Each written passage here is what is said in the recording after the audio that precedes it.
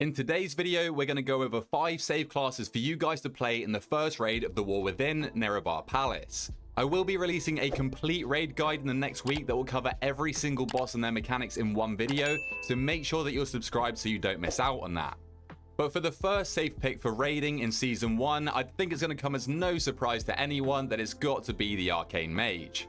Arcane has been absolutely dominating beta and has continued to do so even after multiple nerfs. This spec easily has the best single target damage in the game at the moment, and to be honest, it's not even really close. Sun Fury Arcane is absolutely pumping, and although it does require a PhD to play the spec optimally, you'll still be able to pump the meters regardless. If Sun Fury does inevitably end up with a nerf like many of us are expecting, then it doesn't even really matter that much because Spellslinger is still performing really well as well. Spellslinger is a lot easier, and both specs also put out some great numbers on AoE, especially on Light Cleave, which is what Arcane's whole AoE toolkit is pretty much based around. Arcane is the perfect choice for raiding because it is insanely bursty and all of its damage can be blasted into a priority target, aka the boss, which then passively cleaves and kills all the adds around it. But this list isn't just about damage. Arcane remains perfect because it has crazy high mobility with casting arcane missiles on the move, you can move around while casting with shimmer, and they can even return to their original blink location with displacement, or even a well-prepared alter time. Alternatively, alter time can be used frequently as an amazing defensive, which just adds to the sheer amount of great defensive capability this class has. Arcane can mitigate damage with mirror images, ice block, greater invis, prismatic barriers, and even use these barriers on 4 nearby allies. So if this spec is played well, it's almost impossible to die. And finally, to add on to all of that, they bring amazing utility to the raid, which will guarantee at least one mage spot in every single group due to their arcane intellect buff, which is an absolute necessity even after the recent nerfs. They can also conjure portals for allies that need to quickly pop to a city to enchant their new gear that they've just looted, or even conjure food to top up healer's mana in between pulls. My next safe pick would have to be the Enhancement Shaman, which I know might scare some of you, but honestly right now Enhance is pumping in both hero talents. The great thing about Enhance is that it has so much build variety, so you can always chop and change things up to perfectly suit the fight that you are taking on, or even just for the mere fact that if your build gets nerfed then you can just swap it up. The big reason why I think Enhance is going to be so strong though, is because its single target is already up there with the best at the moment, but to delete bosses even quicker, they boast some of the best funnel damage in the game. Their talent Ashen Catalyst coupled with spreading flame shocks to nearby adds means that you can absolutely obliterate your main target with lava lashes. This is one of the best damage profiles in the game for raid, as frequently you will have ad spawning or even multiple bosses that is going to beef up the enhanced damage so much more. Through the mini rework that they received, they also got significantly tankier. I still wouldn't say that they're insanely tanky, but their new stone bulwark totem coupled with their instant healing surges when needed means that they can reliably keep themselves healthy. They can also keep allies healthy too with their ancestral guidance cooldown, which will be crazy useful for the harder parts of progression. And then they bring even more utility now that the Shaman class as a whole has received a raid buff, and a pretty good one at that. Sky Fury will now grant your whole raid 2% mastery, which is really nice for specs like Augmentation that I'm sure we'll be seeing, but also their old Wind Fury totem is now baked into this raid buff as well. So Shamans will definitely have a locked in spot for every serious raid comp.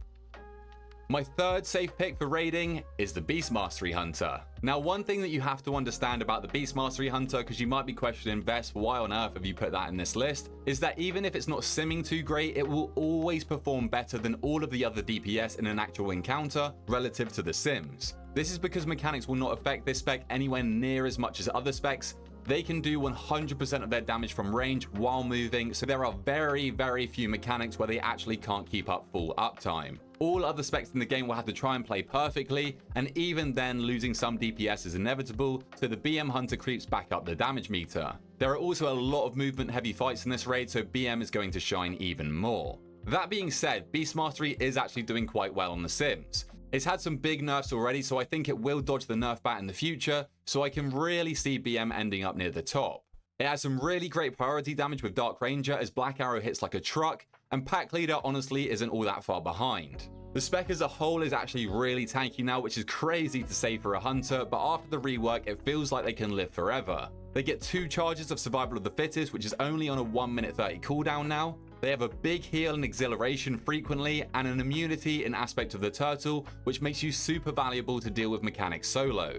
Hunters can now also feign death to remove disease or poison effects, which is going to prove very useful inside Nerub-ar.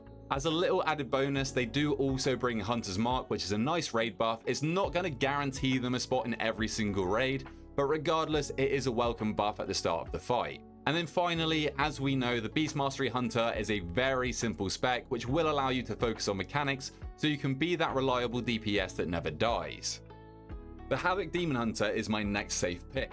Both sides of the hero talents are performing really well on single target right now, making it really safe even if one of them ends up with a nerf. Havoc is also really good at passively cleaving through its single target rotation, so you'll be taking care of the ads with your Blade Dancers and Glaive Tempests while you nuke the boss down with Annihilations.